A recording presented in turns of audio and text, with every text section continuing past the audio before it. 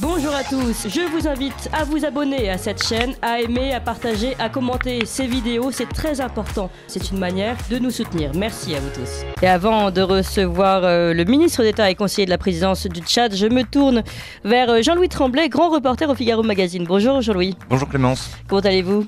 Bien. On se tourne vers bien cette année. Exactement, on se tourne vers notre invité tous les deux ensemble. Il y a une place pour nos idées. Vue de haut. Bonjour Monsieur le Ministre. Bonjour. Et merci beaucoup d'être avec nous. Jean-Bernard Padaré, ministre d'État donc et conseiller de la présidence du Tchad. Beaucoup de choses à dire ensemble. Peut-être avant de commencer par le vif du sujet, je vais faire un petit rappel historique sur les dernières actualités au Tchad. D'abord, rappeler que, alors qu'au Sahel, en ce moment, les relations entre la France et le Mali, par exemple, ou la France et le Burkina Faso, semblent se tendre tous les jours un petit peu plus. Bon, il est important de suivre aujourd'hui ce qui se passe au Tchad. Et que s'est-il passé le 20 avril 2021? D'abord, le maréchal président Idriss Déby Itno, qui dirigeait le pays depuis 1990, tombe au combat face à plusieurs colonnes armées venues de Libye et téléguidées par des factions hostiles au régime. Il était, c'est un certain Jean-Louis Tremblay qui l'écrit dans un article au Figaro Magazine, le meilleur allié de la France dans sa lutte contre le djihadisme africain. Emmanuel Macron, d'ailleurs, s'était rendu aux obsèques du président tchadien et c'était le seul dirigeant occidental à assister. Depuis, le successeur donc de Idriss Déby Itno, c'est son fils, Mahama Idriss Déby, nommé à la tête d'un conseil militaire de transition dès le lendemain, le 21 avril 2021. Et ce pour une durée de 18 mois qui était renouvelable une fois.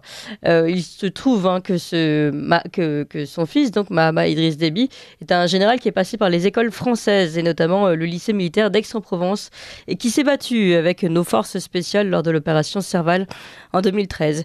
Et puis alors, le 20 octobre dernier, Mahama Idriss Déby a décidé de prolonger son mandat de 24 mois, ce qui a donc provoqué la colère de l'opposition. Une grande manifestation a eu lieu de l'opposition. Manifestations et répression se sont faites dans la violence. Les contestataires étaient équipés de bâtons, de machettes ou de couteaux. Du côté de la police, on tirait à balles réelles et le bilan a été très lourd ce 20 octobre dernier. Une 50aine de morts et plus de 300 blessés. Alors pour mieux comprendre ce qui se joue vraiment au Tchad, nous sommes avec vous, Monsieur le Ministre. Et encore une fois, merci beaucoup d'être aujourd'hui ici et de venir éclaircir cette situation. Tout d'abord, donc on l'a rappelé, l'importance des relations entre la France et le Tchad, et notamment dans cette lutte contre le djihadisme, contre l'islamisme. Et peut-être on va commencer, pour que ce soit clair pour nos auditeurs, par rappeler donc la situation et ce qu'est ce conseil militaire de transition qui dirige le Tchad depuis donc la mort de Idriss Déby Itno. Oui, merci. Je pense que vous avez fait le rappel de l'histoire, mais je pense qu'il y a des choses. J'espère qu'on aura l'occasion de revenir pour rectifier. Notamment sur le conseil militaire de transition a été mis en place suite au décès tragique du maréchal du Tchad intervenu au front, parce qu'il y avait une colonne de terroristes armés et surtout entraînés dans le sud de la Libye, armés d'armes russes, donc qui ont attaqué le Tchad. Et donc le maréchal du Tchad, fidèle à sa devise, est allé au front parce qu'il dit toujours avant d'être président, il est d'abord un soldat et qu'il est là pour défendre l'intégrité du territoire national. Donc il est allé lui-même au front. Il a été malheureusement mortellement blessé. Et donc il est mort lorsqu'on l'a ramené à N'Djamena. Et donc, du coup, on devait faire jouer la Constitution, c'est-à-dire le président de l'Assemblée qui devait assumer l'intérim. Et vu le danger qui guettait le pays, puisque les rebelles, les terroristes étaient à moins de 200 km de la capitale, et donc surtout qu'il était au front, le chef suprême des armées est blessé, et les hommes au front pensaient qu'il est blessé, mais en le ramenant à N'Djamena, comme je le disais, il est mort en cours de transfert. Donc, du coup, le président de l'Assemblée de l'époque, M. Haroun Kabadi, a donc estimé que si lui prenait la responsabilité d'assumer l'intérim, quel serait le moral des troupes. Donc il a invité les chefs militaires à s'assumer. Et les chefs militaires lui ont dit donc, nous, on se met à votre disposition. Il a dit non, vous devez prendre la responsabilité de sauver le pays. Et donc les chefs militaires sont allés se retrouver entre eux et ils ont désigné Mahamat Idriss Déby, pas parce qu'il est le fils du président de la République, parce que c'est lui-là qui est le plus proche des troupes et qui connaît le Tchad profond et qui connaît aussi les sensibilités de nos concitoyens et dont ils l'ont désigné à ce titre-là. Ce n'est pas du tout une succession, contrairement à ce que les gens racontent. Mahamat Idriss Déby est connu pour ses faits d'armes, que ce soit lors de l'opération Serval au Mali. Et d'ailleurs, c'est sa colonne qui est venue défaire cette horde de mercenaires qui avait attaqué le Tchad et que le président maréchal du Tchad avait trouvé la mort. Donc, tout naturellement, il a fait l'unanimité au sein de l'armée, et donc c'est à ce titre-là qu'il a été désigné pour être président du Conseil militaire de transition. Le Conseil militaire de transition avait un objectif simple, assurer la sécurité de nos concitoyens, donc les Tchadiens, assurer l'intégrité de notre territoire et organiser le dialogue national inclusif souverain, où toutes les sensibilités tchadiennes doivent y prendre part, que ce soit les politico-militaires qu'on appelle, et ensuite les opposants, qui sont réfugiés en Europe, partout dans le monde. C'est ce qui avait été fait. Il y a des équipes qui étaient envoyées partout dans les pays où il y avait une forte communauté tchadienne. Des pré-dialogues avaient été organisés. Et ensuite, il fallait rassembler tout ce qu'il y avait comme rébellion des opposants militaires qui se retrouvaient tout autour, que ce soit en Libye, au Soudan, partout en Europe, en Amérique. Et le Qatar avait offert ses services, c'est-à-dire d'accueillir ce dialogue-là. 52 organisations politiques et militaires s'étaient retrouvées donc à Doha, dans la capitale du Qatar. Et cela a pris, rien que le dialogue entre les politico-militaires et la partie gouvernementale avait pris 5 mois. À l'issue de cela, eh bien, nous avons donc organisé le dialogue national inclusif pendant 1 mois et demi à N'Djamena au Tchad, où toutes les sensibilités y étaient représentées. Tous les courants politiques, je disais, les opposants militaires, les politico-militaires, ceux qui étaient en rébellion, la diaspora tchadienne, bref, tout ce qui constituait, tout ce qu'il y avait au Tchad comme sensibilité. Et donc voilà, ce dialogue, eh bien voilà, ça a donné la mise en place du gouvernement actuel de transition. Donc voilà.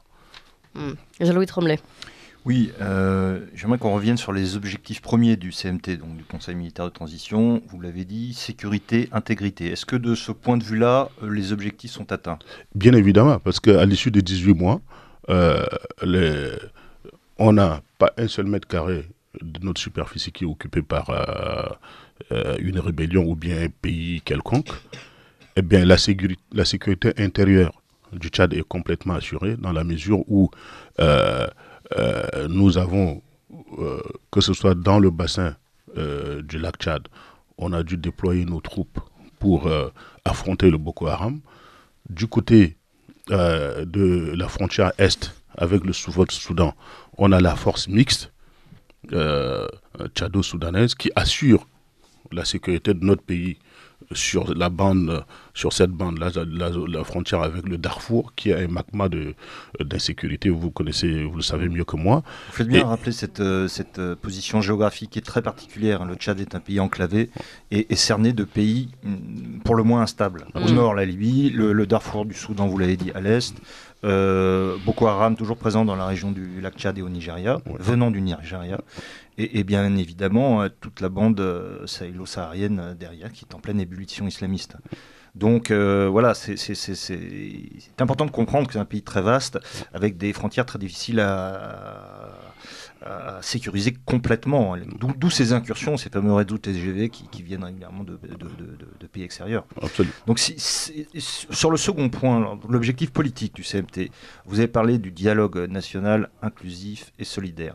C'est un terme qu'on ne comprend pas vraiment ici. En quoi ça consiste? Quel était l'objectif de ce dialogue? Est-ce que c'était de faire asseoir toutes les factions à une table de négociation et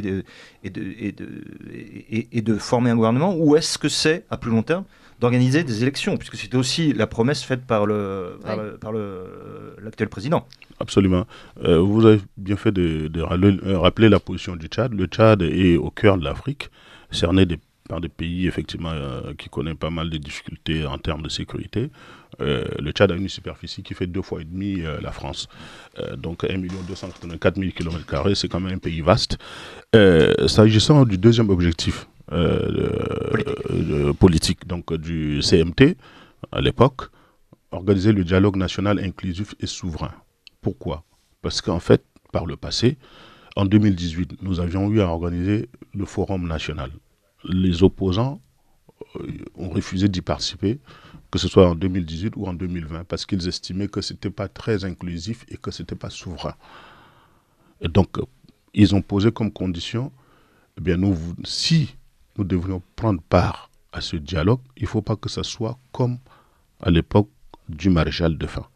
Il faut que ce soit un dialogue ouvert, un dialogue national, inclusif, que toutes les forces vives y participent et que ce dialogue soit souverain. Est-ce que c'est le cas? C'est le cas, c'est ce qui a été... Est-ce que vous avez fait revenir des opposants? Mais bien sûr, parce que pratiquement la quasi-totalité, plus de 90% des opposants y ont pris part. Et toutes les résolutions qui ont été prises à l'occasion de ce dialogue, ces résolutions étaient exécutoires. On n'a pas besoin de prendre une loi pour les mettre en exécution. C'est ça la souveraineté. À cette occasion, tout ce qui a été proclamé, eh bien, était considéré comme l'expression de la volonté souveraine du peuple tchadien. Parce que toutes les sensibilités, que ce soit les associations, les organisations de la société civile, les partis politiques, les militaires, les organisations féminines, des jeunes, bref, des personnes vivant avec des handicaps, bref, il y avait au moins à peu près une quinzaine d'organisations, de corporations qui avaient pris part à cela. Et donc, tous ces gens, tout avait été discuté à l'occasion de ce dialogue-là, de manière libre, souveraine, parce que personne ne pouvait être poursuivi pour avoir tenu des propos à l'occasion de ce dialogue-là. Donc franchement, c'était quelque chose de libre, de souverain. Et donc par rapport à cela, il a été décidé qu'il va falloir mettre en place un organe de contrôle des élections qui soit véritablement indépendante, qu'il fallait organiser autant pour moi des élections libres et transparentes, qu'il fallait faire voter la nouvelle constitution parfois par voie référendaire. Et il y a eu autant de résolutions qui ont été votées et qu'une partie commence déjà à être mise en œuvre. Pourquoi? Parce que, à cette occasion, il a été décidé de prolonger la transition de 24 mois. Oui, justement, c'est la question que je voulais vous poser. Voilà, pourquoi 24 et non pas 24? Parce qu'en fait, c'est juste pour caler sur le chronogramme pour l'exécution des résolutions qui avaient été votées. Parce qu'il fallait absolument que toutes ces résolutions décidées lors du dialogue national inclusif soient mises en application. Et pour cela, nous avons estimé souverainement que le délai de 24 mois permettrait de faire cela. En fait, ce que vous êtes en train de nous dire, c'est que les conditions pour organiser de nouvelles élections n'étaient pas réunies encore le 20 octobre. Parce que c'était le 20 octobre, l'issue de ces 18 premiers mois. Et d'où d'ailleurs la manifestation sur laquelle on va revenir. Oui, en fait, on ne pouvait pas, dans la mesure où dans les 18 mois, je vous le rappelais tantôt, il fallait organiser le dialogue avec les politico-militaires, il fallait organiser le dialogue national. Voilà, donc rien que pour mettre en place le comité pour préparer le dialogue, ça a pris du temps. Et ensuite, au niveau, parce qu'on a fait des dialogues, des pré-dialogues dans toutes les provinces du Tchad. On a envoyé des délégations dans toutes les provinces. On en a 23. Donc il fallait absolument discuter ce que les gens veulent au niveau de la base. C'est ce qui a été retenu. Et donc, pour être discuté à l'occasion du dialogue national inclusif à N'Djamena. De la même manière, lorsque les gens sont allés à Doha pour rencontrer les rebelles, ceux qui étaient des rebelles, qui étaient des politico-militaires, ça a pris rien que sur place 5 mois pour arriver à un accord, et il y a des choses et des points bien précis qui avaient été arrêtés, et ces points-là devraient être discutés à l'occasion du dialogue national inclusif. Donc, lorsqu'on avait discuté, et d'ailleurs, je rappelle que tout cela a été cautionné par l'Union africaine et toutes les organisations et les pays amis du Tchad qui ont eu à financer ces différents pré-dialogues. Et lorsque tout cela avait été fait, on a fini le dialogue national inclusif, je crois, si ma mémoire est bonne, le 15 octobre. Donc 5 jours avant cette échéance. Et donc on ne pouvait pas, dans 5 jours, organiser des élections. Il nous fallait une nouvelle constitution. Il fallait réviser la liste électorale. Il fallait. Et il y avait des préalables à mettre en place avant d'aller aux élections pour que les élections soient transparentes et indiscutables. Donc c'est comme ça que les participants au dialogue national inclusif ont décidé de retenir 24 mois. Et ces 24 mois-là correspondent à l'exécution, le temps nécessaire pour l'exécution de toutes les... D'accord. Voilà. Et alors, qu'est-ce qui s'est passé exactement le 20 octobre? Alors, l'opposition, notamment via les réseaux sociaux, très très actifs, les réseaux sociaux dans cette affaire, parle d'une répression aveugle de la part des autorités. Les autorités rétorquent non. Répression militaro-policière. Voilà, militaro-policière. Et le gouvernement rétorque non, c'est une insurrection armée. J'aimerais avoir votre point de vue là-dessus. Je ne sais pas si on peut parler de l'opposition, parce qu'en fait, une opposition normale et responsable ne se comporterait pas de cette manière. Cette bande de personnes qui se décrètent opposants savait très bien suivre ce qui se passait. C'est-à-dire qu'il fallait absolument faire asseoir les Tchadiens autour d'une même table pour qu'ils discutent, pour qu'on trouve une solution. D'ailleurs, lorsque le dialogue national inclusif avait été décidé ou démarré, lorsqu'on avait démarré, plusieurs missions étaient envoyées vers les responsables des transformateurs, les religieux, les sages, pour le convaincre de venir exprimer ce qu'il pense à l'occasion de ce dialogue. Ce n'est pas en se mettant en marge de l'histoire qu'il fera l'histoire. C'est en participant avec les autres Tchadiens. Et peut-être qu'à cette occasion, il aura plus de gens qui adhéreraient à son opinion. Malheureusement, il était droit dans ses bottes, c'est-à-dire absolument faire créer une insurrection. Insurrection, c'est-à-dire qu'est-ce qui s'est passé exactement? En fait, le 20, la veille, le 19, la veille du 20, le 19, 19 octobre. Voilà, dans la nuit du 19 au 20, ils s'étaient organisés dans des quartiers, dans des carrés, dans des arrondissements, par groupe, par petits groupes, eh bien pour attaquer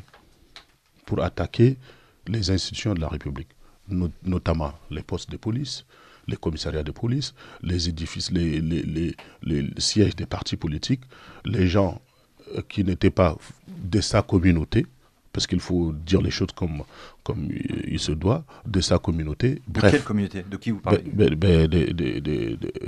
Du responsable de cette insurrection. C'est-à-dire de M. Succès Masra. Donc voilà, le transformateur. Le transformateur. Donc il fallait, pour lui, son objectif c'est quoi? C'est de pousser les forces de sécurité à la faute. Et d'ailleurs, il le disait dans un audio, que si on atteint 10 morts, eh bien la communauté internationale va lâcher le régime, et donc lui, il pourra parvenir au pouvoir. Donc il faut s'aimer le chaos. Et donc en tuant les policiers. Oui, parce que parmi les victimes, évidemment, dans le bilan, il y a aussi une douzaine de policiers. Plus d'une quinzaine de policiers. Des civils, des gens qui n'avaient rien à voir avec ce conflit parce qu'ils appartenaient à une telle ou telle communauté. Que ce soit dans les villes, les 3 villes du Sud, il y a des gens parce que simplement, ils ont un nom à consonance musulmane. On les a croisés. Et bien voilà, ils ont été lâchement abattus, tués. Et donc, à coups de poignard, et des armes ont été dérobées dans les commissariats de police. Bref, il voulait s'aimer le chaos. Et malheureusement pour lui, et heureusement pour le peuple tchadien, je pense que les gens ont tenu à ce que l'État a restauré l'autorité de l'État. Malheureusement, on a déploré de part et d'autre, parce qu'en fait, c'est le nombre total, une 50aine de morts, plus de 300 blessés. Et je pense qu'en bon responsable, il devait rester au Tchad pour s'assumer, mais il s'est échappé comme un petit voleur. Et voilà, il s'est réfugié réfugié aux États-Unis. Nous espérons qu'il viendra, qu'il acceptera de revenir et se soumettre à la justice tchadienne, répondre de ses actes, parce que c'est impardonnable. Vous parlez des États-Unis, on va continuer d'en parler justement. Et quel est le rôle des États-Unis dans cette affaire? Et puis qui a intérêt à ce chaos dont vous parlez? On continue d'en parler, Monsieur le Ministre. On fait un rapide point sur les informations avec Emmanuel Noël. Ligne droite. Très haut, il y a une place pour nos idées. Vue de haut. Nous sommes toujours avec Monsieur le ministre Jean-Bernard Padaré. Merci encore d'être là avec nous. Ministre d'État, conseiller de la présidence du Tchad. Et puis avec Jean-Louis Tremblay, journaliste au Figaro Magazine. Tiens, je précise, Jean-Louis, vous avez, et d'ailleurs je me suis fortement inspiré pour cette introduction de vos articles, écrit notamment un certain nombre d'articles sur ce qui se passe au Tchad. Et je vais citer cet article-là. Tchad, Mahamat Idriss Déby, un allié de la France en ligne de mire. Voilà un article qui date d'octobre dernier. Alors, je voudrais revenir, Monsieur le Ministre, puisqu'on parlait vous évoquiez vous utilisez ce terme de chaos, de tentative d'organisation de chaos. Qui a vraiment intérêt à ce chaos aujourd'hui? Écoutez, il y a certaines puissances qui ont intérêt à voir le Tchad déstabilisé. Il y a certaines formations, et pour cela, ils utilisent certaines formations politiques, malheureusement, qui pensent qu'à travers, par le biais de cette déstabilisation, ils pourraient accéder au pouvoir. Mais malheureusement pour eux, le Tchad n'est pas à vendre. Et nous avons une armée qui est une armée fière de la défense de notre patrie. Et donc par conséquent, nous avons aussi des hommes politiques consciencieux qui savent à quel moment il faut s'unir pour sauver notre nation. C'est le cas en l'espèce où on a un gouvernement de transition composé de toutes les forces politiques de notre classe politique, j'allais dire. Et donc, tout est sur les rails. Et donc, nous pensons que le Tchad sera en mesure de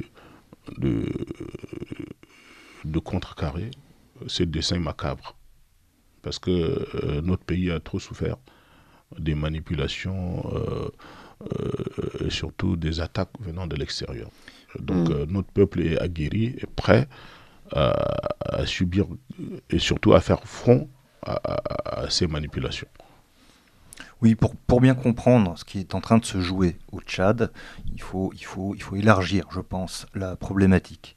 C'est-à-dire que nous sommes au cœur de l'Afrique. L'Afrique est actuellement en pleine ébullition, comme je l'ai déjà dit tout à l'heure, que le Tchad est actuellement, militairement en tout cas, le principal et meilleur allié de la France dans la région. Il l'a prouvé en envoyant un corps expéditionnaire au Mali. Il le fait dans la région également du lac Tchad. Bref, et ce n'est pas un hasard sans doute si le QG de la force Barkhane se trouve à N'Djamena, au Tchad. Écoutez, je ne sais pas si c'est allié ou partenaire. Parce que vous savez, il y a un adage africain qui dit quand la case de votre voisin brûle, si vous ne le secourez pas, c'est la vôtre qui va brûler. Donc, je ne sais pas, c'est pas forcément parce que le Tchad est l'allié de la France qu'il est en train de combattre les djihadistes ou bien le Boko Haram dans la zone du bassin du lac Tchad, ou bien de lutter pour éviter que ce qui se passe dans le Darfour se déporte sur notre territoire. Il vous souviendra que le Tchad avait répondu à l'époque à l'appel d'abord du président des autorités maliennes lors de la première agression des djihadistes contre le Mali. En 2013. Et c'est là où le Tchad s'est retrouvé avec la France qui menait des opérations là-bas parce que la France était aussi invitée. Dans le Nord Mali, oui. Et donc ce qu'on appelle opération Serval. Oui. Et ensuite, les Nations Unies, par le biais des MINUSMA, a repris la main. Donc, nous avons également donné notre participation en hommes. Donc le Tchad fait partie les troupes tchadiennes font partie de la MINUSMA. L'opération Barkhane a son commandement au Tchad pour une raison très simple. Du point de vue pratique, il y avait déjà l'opération Épervier qui était au Tchad.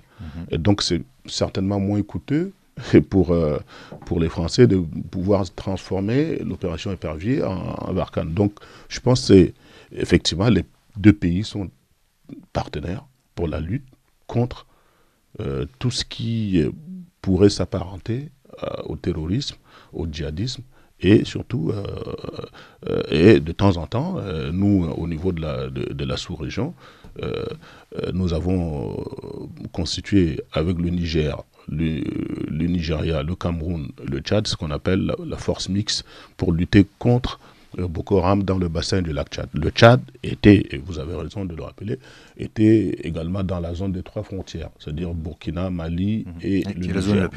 Voilà. Donc, sur le plan militaire, il y a une forte coopération, et tant mieux pour les deux pays, entre la France et le Tchad. Est-ce que justement, ces tentatives de déstabilisation dont vous parlez, je parle sous votre contrôle, hein, ce n'est pas moi qui le dis, mais est-ce que elles ne viennent pas de pays qui auraient intérêt à voir l'influence de la France peut-être s'amoindrir? Je pense notamment, mais pas que, à la Russie qui est présente en Centrafrique, qui l'est aussi en Libye, mais il n'y a pas que la Russie, peut-être aussi un peu les États-Unis? Ben écoutez, nous ne savons pas, mais ce que nous pouvons dire, c'est que le Tchad est jaloux de sa souveraineté. Et comme tel, nous ne pouvons accepter qu'une puissance quelconque puisse nous imposer de l'extérieur notre manière de coopérer. Nous coopérons, nous menons ce qu'on appelle la coopération gagnant-gagnante. Nous avons de bonnes relations avec la France, tout comme on a de très bonnes relations avec les États-Unis, nous en avons avec la Russie, bref, avec tous les pays qui respectent notre indépendance et notre souveraineté. C'est vrai, on est entouré des pays qui, pour des raisons qui leur sont propres, certains ont décidé d'avoir des relations non amicales avec la France, c'est leur droit, mais nous pensons que avec la France, nous avons de bonnes relations, il n'y a pas de raison qu'on puisse suivre ceux qui, pour des raisons propres, ont des difficultés de coopération avec ces pays frères et amis. Donc, nous entretenons les meilleures relations avec la France, avec les États-Unis, jusqu'ici également avec la Russie. Maintenant, le reste, c'est l'affaire de ces pays. Mais c'est vrai, il y a des tentatives de déstabilisation du Tchad. Ça date par qui alors? Parce que vous dites certaines puissances, mais alors qui sont ces puissances? Vous savez, il y a des puissances qui aimeraient bien avoir le Tchad sous leur joug. Mais si elles, peut-être qu'elles se trompent en pensant que... Mais lesquelles, par exemple? Vous savez, votre collègue a cité des pays, mais nous pensons que le Tchad n'est pas sous le joug de la France. Le Tchad coopère égal à égal avec la France. Mais on a de très bonnes relations, ça ne veut pas dire que nous dépendons ou bien nous sommes des partenaires. Donc, comme tel, s'il y en a qui pensent, en nous déstabilisant, déstabiliserait la France, je pense qu'ils se sont trompés de combat. Parce que nous ne menons pas le combat pour la France, mais nous menons le combat pour le Tchad, pour le peuple tchadien. Alors, je voudrais revenir sur un point particulièrement intéressant et d'actualité, parce qu'on constate également la même chose dans des pays comme le Burkina et le Mali, où il y a un fort ressentiment anti-français ces derniers temps. C'est le rôle des réseaux sociaux. Et ça, c'est un nouvel acteur dans le grand jeu qui est en train d'avoir lieu en Afrique de l'Ouest et en Afrique centrale. Vous pouvez nous en parler un petit peu, parce que je crois qu'au Tchad, c'est le cas.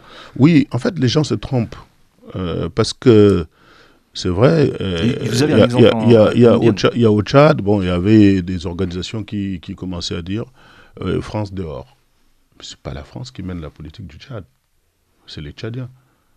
La France ne fait qu'accompagner les Tchadiens. C'est un pays ami, nous avons des accords de coopération. Tant que ces accords existent, chacune des parties se doit de l'appliquer.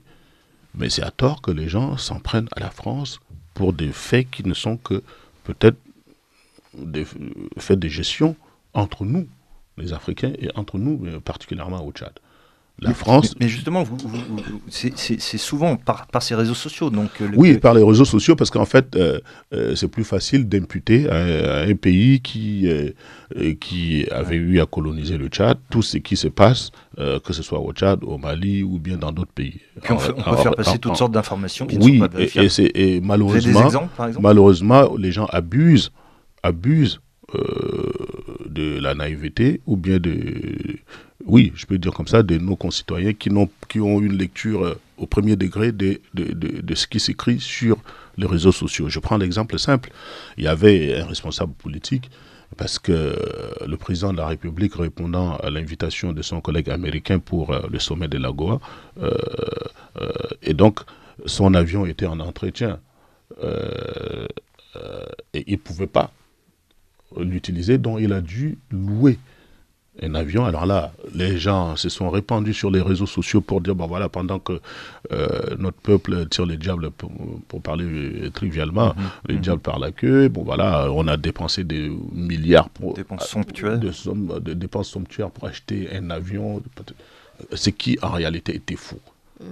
L'avion était simplement loué pour faire un aller-retour, amener le président au sommet et le ramener. Point barre. Rien de plus. Et donc, eh bien, les gens se sont répandus sur les réseaux sociaux avec des allégations mensongères. Et je dis, voilà, c'est l'exemple type de l'utilisation malveillante des réseaux sociaux. Et cela, malheureusement, chez nous, le secteur n'est pas réglementé.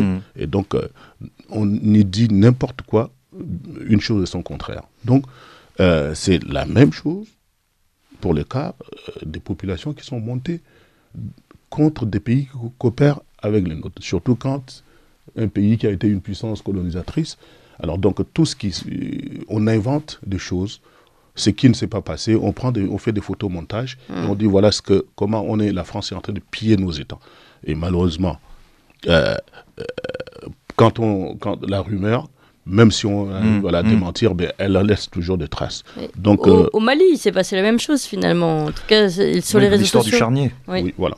Donc, et c'est regrettable parce que je pense que on peut appeler chacun à plus de conscience, surtout les acteurs politiques, à ne pas se livrer à ce genre de manipulations parce que ça peut avoir des conséquences très graves. Surtout à monter les peuples les uns contre les autres et les communautés les unes contre les autres. C'est encore plus grave chez nous dans la mesure où on utilise les mêmes réseaux sociaux pour opposer des communautés. C'est pas seulement contre les Français, contre la France, non. Oui. On dit, ben voilà, par exemple, on va dire religion contre religion. On dit, bon voilà, vous voyez, quand il y a des nominations, il n'y a que des Mamat, il n'y a jamais des Jean-Pierre, il n'y a jamais des Jean-Bernard, il n'y a jamais des Pierre, des X, Y. Et donc, voilà, pour chauffer les esprits, pour dire, ben voilà. Ou bien on dit, il n'y a que des nordistes, il n'y a pas de sudistes. Donc, vous voyez, c'est des manipulations qui tendent à déstabiliser le chaos, encore une fois. Une volonté de chaos. Effectivement, parce que les gens veulent assouvir leur désir qui est de parvenir au pouvoir coûte que coûte, et par tous les moyens. Jean-Louis ? Oui, alors ce qui est grave avec ces réseaux sociaux, c'est que l'information ou la désinformation est virale, qu'elle franchit les frontières à vitesse grand V, plus que la vitesse du son. Et c'est ainsi que, par exemple, suite aux manifestations ou à l'insurrection du 20 octobre, on a retrouvé sur des réseaux sociaux proches de la NUPES, donc de l'extrême gauche, donc de Jean-Luc Mélenchon, des informations selon lesquelles il s'agirait d'une répression aveugle, perpétrée par une junte militaire. Voilà. Et c'est ainsi qu'une partie des Français, sans doute, ont cette grille de lecture. Moi, je dirais d'ailleurs... Récupération politique. Oui, je voudrais justement dire à l'opinion française, en fait, ce qui s'est passé au Tchad, le 20 octobre, n'était pas de la manifestation. C'était une insurrection. Les Français, mieux que quiconque, savent, quand il s'agit de manifestations, on dépose l'itinéraire à suivre. Il y a un préavis et il y a des forces qui encadrent cette manifestation. Or, au Tchad, on est sous le régime de l'autorisation. Donc, les gens ont eu à déposer une demande et ils n'avaient pas fixé l'itinéraire à suivre et rien, en fait, cette demande ne répondait pas au texte en vigueur. Donc, du coup, ça a été refusé. Et malgré cela, puisque les gens voulaient absolument défier l'autorité de l'État, s'aimer le chaos, eh bien, ils se sont organisés. Et donc, ils ont sémé ces chaos-là. Et malheureusement, nous pensons qu'il y a certains partis politiques en France, et notamment le parti de Mélenchon que vous avez cité, qui se livrent à des récupérations, à des manipulations politiciennes qui ne les grandissent pas. Parce qu'il faut connaître la réalité de ces pays africains, surtout du Tchad. Ils jettent beaucoup plus de l'huile sur le feu en faisant des déclarations à l'emporte-pièce, en faisant des accusations qu'ils seraient incapables de justifier. Et nous les appelons à un peu plus de responsabilité. Le Tchad, les partis politiques tchadiens ne se mêlent pas de ce qui se passe dans la classe politique française. Je pense que ouais. cette récupération est à la fois dangereuse et pyromane. Oui, c'est une récupération malsaine et pyromane. Et nous pensons qu'aujourd'hui, il y a des partis qui participent au gouvernement de transition et qui sont de l'international socialiste. Par exemple, le Premier ministre, son parti est de l'international socialiste. Et c'est lui qui a effectivement condamné et qui a eu à utiliser les mots les plus durs. Parce qu'il a vraiment décrit la réalité de ce qui s'était passé. Quelqu'un qui a été pendant 30 ans opposant et qui est aujourd'hui Premier ministre, et s'il a eu à dire ce qu'il a eu à dire, c'est qu'effectivement, les faits étaient réels. Pour une fois, ce n'est ni le parti de l'ancien président, ni l'idéologie, mais c'est la réalité qu'il a eu à décrire. Parce que lui-même, ils sont allés chez lui pour l'assassiner. Le siège de son parti a été saccagé. Les gens de sa communauté ont été menacés ou bien torturés. Donc voilà un peu la réalité. Merci beaucoup en tout cas pour cette mise au point. Merci encore donc monsieur le ministre d'État, conseiller à la présidence de la République du Tchad, Jean-Bernard Padaré. Merci à vous Jean-Louis Tremblay. Merci Clémence. D'ailleurs pour tous ceux qui veulent en savoir plus, je vous invite à les lire aussi les articles de Jean-Louis Tremblay dans le Figaro Magazine. Vous appréciez cette émission? Alors aidez Radio Courtoisie à en produire d'autres en indépendance totale. Rendez-vous sur soutenir.radiocourtoisie.fr. Merci d'avance.